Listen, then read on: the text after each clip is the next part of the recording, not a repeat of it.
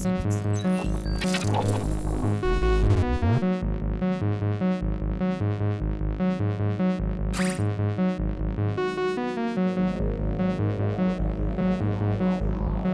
you're looking for a game that shoves you in a room and features a fantastic soundtrack that have you bouncing off the walls as you try to survive, well, you found it. Made by a small group of developers, this room is a bullet hell dodge 'em up game where maneuvers skills to put to the test in every stage.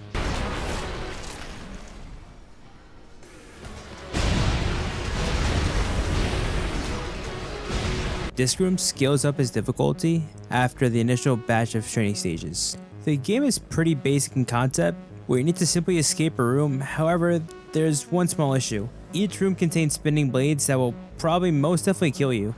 There's a pretty decent learning curve here, as the game makes it tough to get comfortable given that each room has its own unique blade spinning. Like other arcade style games, there's a bit of trial and error when it comes to your approach, but everything becomes more manageable the more you play and improve your dodging skills. To keep the level feeling fresh, there's a variety of discs you'll encounter.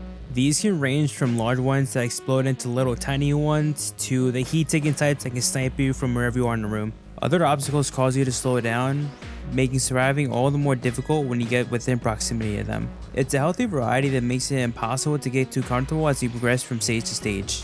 To make this room even more challenging, the developers decided to put in bosses, which are these big giant saw blades that take up a majority of the room and spit out other little tiny blades. Yeah, you could say things get pretty intense during these encounters. Small buttons come off the ground that you then have to step on to cause damage and survive.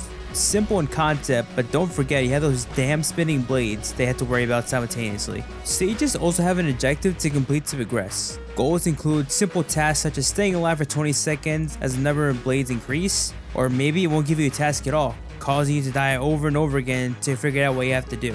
The objects add a decent layer of variety to the stage, but in the end, it's mostly about avoiding blades, and the objective seems to distract you from the repetitiveness of it all. This room does offer some abilities you can take advantage of to make it more bearable. During a level, you can use a dash that lets you pass through discs, spawn an infinite number of clones of yourself, or slow down time so you can make some risky moves that you usually wouldn't make. While playing, I found myself using the dash most often. The other abilities were you just solve a puzzle, and I never really touched them again, honestly. There are online leaderboards, and being the competitive person I am, I definitely made it my goal to beat some of the current high scores. Often I notice myself staying in sections that I've already cleared just to see my name on top of the list, which is rewarding for me. If you have a competitive nature like me, you're for sure going to want to beat some of the scores up there. And trust me, the times some people get seem impossible to beat for some stages. Looking to the settings, there really isn't much you can do here, just some pretty basic graphic adjustments. You can change the control scheme, but I wouldn't even bother touching this. If you have a controller lying around, plug that in for this because the keyboard feels awkward and more challenging to play than the controller. The game's design is charming and cartoonish, which parallels nicely with the bloodiness of it all. Also, the soundtrack is impeccable and makes for the perfect background noise to the carnage.